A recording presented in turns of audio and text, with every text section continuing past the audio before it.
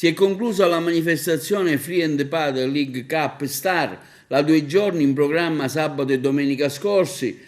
al Tennis Club Città dei Templi di Agrigento. La partenza sabato 25 con 8 coppie provenienti dai migliori circoli siciliani, 6 le nazioni rappresentate, quindi domenica 26 direttamente dal World Padel Tour le star, la coppia 12 e 15 della classifica mondiale, Adrian Alemandi, Cochi Nieto, Lucas Campagnolo, Lucas Bergamini. Una sfida, quella dei big, che ha rappresentato un vero e proprio tributo al padel, che ha risaltato valore e spirito di questo sport con l'obiettivo di diventare un appuntamento di riferimento. I 4 grandi nomi del World Padel Tour prima della super partita hanno incontrato i ragazzi diversamente abili e poi food e beverage, lo spettacolo gratuito con Tom Sinatra Live, la solidarietà di diverse associazioni del territorio coinvolte hanno completato l'evento organizzato dalla SD Free and Padel League di Agrigento, sponsorizzato dall'HDI Assicurazioni con il patrocinio del Comune di Agrigento, assessorato allo sport e alle politiche sociali.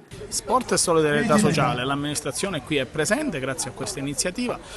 Ringraziamo gli organizzatori, è un evento importante soprattutto perché all'interno di un territorio complicato, complesso come quello del quartiere di Villa Seta, ma che vede all'interno di questo quartiere questa luce, questa speranza. Noi come città dobbiamo assolutamente essere vicini a questo tipo di iniziative perché lo sport diventa mezzo trascinatore di quelle che sono poi le reali esigenze anche del mondo della disabilità. Ecco, quel mondo della disabilità a volte trascurato, a volte lasciato a se stesso, ma che ha bisogno un'attenzione massima e perché no attraverso queste iniziative di carattere sportivo, quindi il padel che oggi è uno sport importante che ha questa bella visibilità, questo approfondimento da parte di tanti, questo avvicinarsi da parte di tanti anche del mondo della disabilità, quella disabilità che non diventa ultima ma che diventa al centro dell'attenzione di un progetto, di una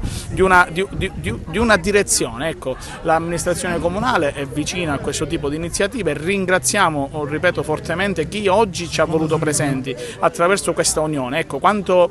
le sinergie si mettono insieme, come quelle delle amministrazioni comunali, come quelle dell'associazionismo che è sempre presente sul territorio e che spinge fortemente dove le amministrazioni locali e la pubblica amministrazione non arriva, ecco, si raggiunge un obiettivo fondamentale.